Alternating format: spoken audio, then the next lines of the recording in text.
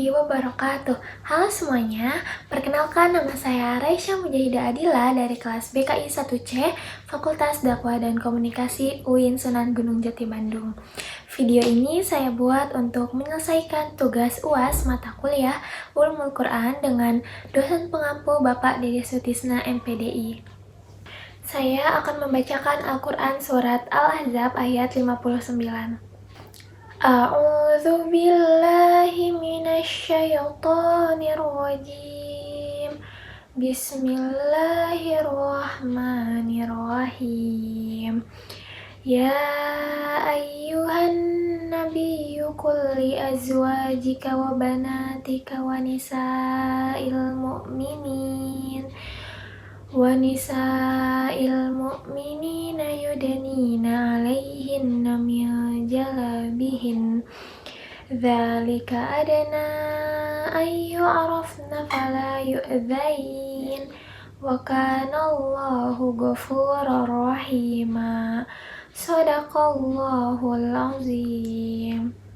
Yang artinya, wahai Nabi Muhammad, katakanlah kepada istri-istrimu, anak-anak perempuanmu, dan istri-istri orang mukmin supaya mereka mengulurkan jilbabnya ke seluruh tubuh mereka. Yang demikian itu agar mereka lebih mudah untuk dikenali sehingga mereka tidak diganggu. Allah Maha Pengampun lagi Maha Penyayang. Jadi, surat Al-Ahzab ini tergolong surat Madaniyah. Kenapa? Karena surat ini turun setelah Rasulullah hijrah ke Madinah. Nah, surat ini juga turun saat Rasulullah sedang berdakwah di Madinah, tepatnya saat perang Khandaq terjadi atau perang Ahzab.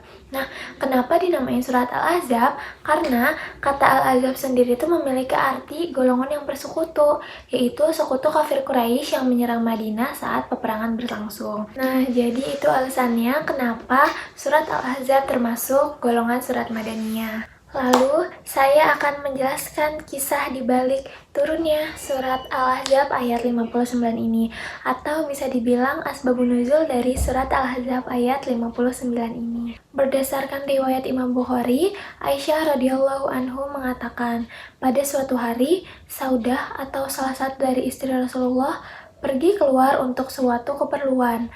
Hal itu terjadi setelah turunnya perintah hijab. Nah, Saudah adalah perempuan yang cukup gemuk dan mudah dikenali oleh siapa saja yang sudah mengenalnya. Lalu saat di perjalanan, ia bertemu Umar dan Umar melihatnya. Ia berkata, "Wahai Saudah, ketahuilah bahwa sesungguhnya engkau tidak asing bagi kami dan mudah kami kenali. Karena itu, perhatikanlah bagaimana engkau pergi keluar." Lalu Saudah pun langsung berputar arah dan kembali. Sementara waktu ia sampai rumah, Rasulullah sedang makan malam dan tangan beliau sedang memegang arak atau tulang yang dagingnya tinggal sedikit. Kemudian Saudah masuk dan berkata, "Ya Rasulullah, saya pergi keluar untuk suatu keperluan." Lalu di tengah jalan, Umar bin Khattab berkata kepadaku begini dan begitu. Kata-kata yang tadi di awal udah aku ceritain.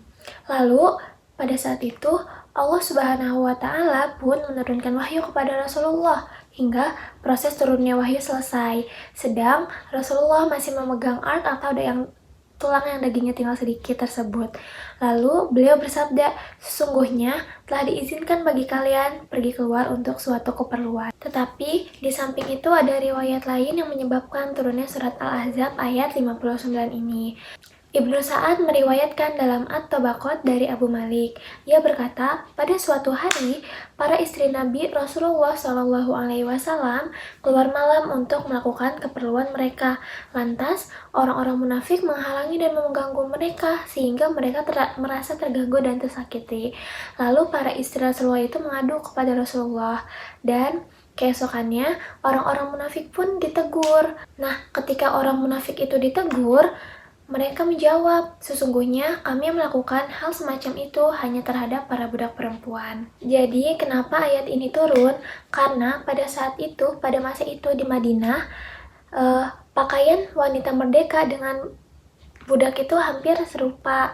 Nah, makanya wanita-wanita muslim itu disuruh mengenakan jilbab karena sebagai pembeda atau supaya wanita muslim itu dapat dikenal sebagai perempuan yang ramah sehingga mengurangi resiko gangguan dari laki-laki yang suka menggoda. Alhamdulillahirobbilalamin, videonya sudah selesai.